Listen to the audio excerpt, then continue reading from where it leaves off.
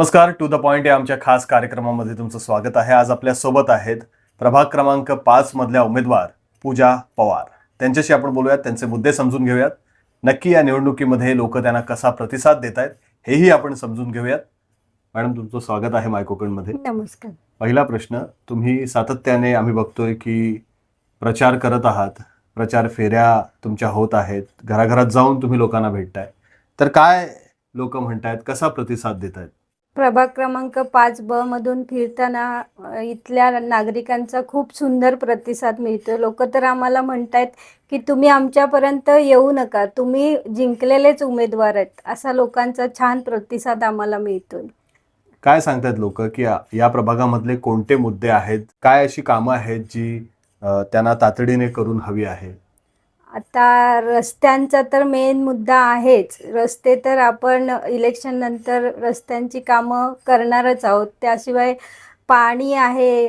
इथे ह्या प्रभागामध्ये गार्डनची कामं चालू आहेत. सामंत साहेबांच्या माध्यमातून, स्मार्ट सिटीच्या माध्यमातून गार्डनची कामं चालू आहेत. त्याच्यामध्ये गार्डनमध्ये सुलभ शौचालय नाही आहे, तर ते करण्याचा मी प्रयत्न करेन. आणखी कोणते मुद्दे आहेत तुमचे या निवडणुकीमध्ये? आता इथे कचऱ्याचा मोठा प्रश्न आहे. डम्पिंग ग्राउंड 6वी स्टॉपलाच असल्यामुळे तो मोठा मुद्दा आहे कचऱ्याचा. तो नगर परिषदच्या माध्यमातून आपण सोडवण्याचा प्रयत्न करू. ती मोठी समस्या आहे 6वी स्टॉपला. त्याशिवाय झोपडपट्टी आहे माझ्या प्रभागामध्ये, तर तिथले घरांचं छान हे करायचं माझा प्रयत्न राहील. या मुद्द्याव्यतिरिक्त तुम्ही गेल्या काही वर्षांपासून या ठिकाणी खूप सामाजिक उपक्रम राबवताना आम्हाला दिसत आहे, तर ही प्रेरणा कशी काय मिळाली तुम्हाला? मी गृहिणी म्हणूनच काम करत होते आणि माझे पती दीपक पवार हे कार्यामध्ये सक्रिय होते आणि सामंत साहेब तर त्यांचे निकटवर्गीय मित्रच आहेत, आमच्या घरचे कुटुंबातलेच आहेत. त्यांच्या बरोबरीने काम करताना माझी पण अशी आवड निर्माण झाली की आपण पण सामाजिक कार्यामध्ये थोडं आपण आपलं योगदान द्यावं, म्हणून मी काम चालू केलं ह्याच्यामध्ये. तुमचे आता मी बघतोय की खूप महिला तुमच्या सोबत आहेत. हो. या परिसरातले, हो. तर हे कसं काय जुळवलं तुम्ही? त्यांच्याबरोबर काम करत असताना मध्येच सामंत साहेबांनी मंगळागौरीचा कार्यक्रम घेतला होता.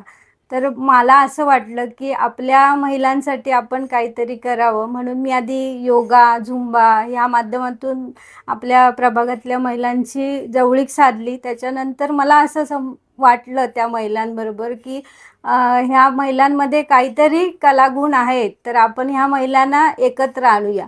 पहिलं असं वाटलं की 4 महिलांना म्हणजे 10 महिलांना एकत्र आणणं खूप कठीण असतं, पण त्याच्यानंतर सगळ्या मिळून मिसळून राहायला लागल्या आणि आमचा मंगळागौर हा ग्रुप झाला तयार. जिजाऊ म्हणून ग्रुप तयार झाला आणि आत्तापर्यंत त्यांनी मला खूप सपोर्ट केलं, आत्तासुद्धा करत आहेत आणि प्रभागातले लोकांनी पण आमच्या ग्रुपसाठी खूप सहकार्य केले. ग्रुपच्या माध्यमातून काय काय करता तुम्ही?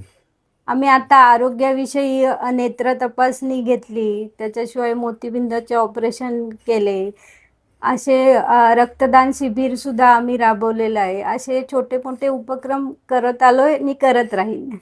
आणि मग आता या प्रभागामध्ये असं काय वाटतंय तुम्हाला की कोणतं एक काम आहे जे खूप महत्वाचं आहे आणि ते मला करायचंच आहे? या प्रभागामध्ये पाण्याचा प्रश्न तर होताच, तो साहेबांनी सोडवलाय. पण आता फुटपाथ विकसित करून इथे वॉकिंगसाठी खूप लोक आमच्या प्रभागामध्ये येतात, तर वॉकिंगसाठी फुटपाथ विकसित करायचं आहे मला. आणि कचरा मेन आहे आमच्या इथे 6वी स्टॉपला. डम्पिंग ग्राउंडचं मेन प्रश्न आहे, तो एक प्रश्न मला मार्गी लावायचा आहे. आता बघा, तुम्ही महायुती म्हणून निवडणुकीला सामोरे जात आहे. शिवसेना भाजप एकत्र आहे, तर भाजपचे जे पदाधिकारी आहेत त्यांची साथ कशी मिळते तुम्हाला? त्यांची साथ खूप छान मिळते. वाळकर सर आहेत, लेले सर आहेत तिथून माझ्या प्रभागामधून. ते मला माझ्या मिस्टरांना सारखे सहकार्य करत असतात. शिवसेनेचे जे नेते आहेत आता शहरामधले, म्हणजे जसे बंड्या साळवी असतील, तर त्यांची साथ कशी मिळते आहे? कारण ते नगराध्यक्ष होते या नगरीचे यापूर्वी, तर ते काय म्हणतात? ते तर आम्हाला खूप छान मार्गदर्शन करतात, आतापर्यंत करत आलेत आणि ह्याच्या पुढेही करत राहतील.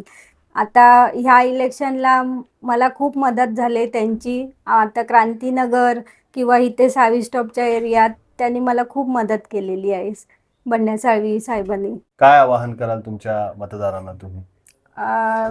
प्रभाग क्रमांक 5 ब मधून मला नागरिकांनी खूप सहकार्य आणि पाठिंबा दिला आहे आणि ह्याच्या पुढेही ते मला देत राहतील. मला शिल्पाताईंना, सौरभ दादांना आणि मी पूजा दीपक पवार, आम्हाला त्यांची साथ हवे.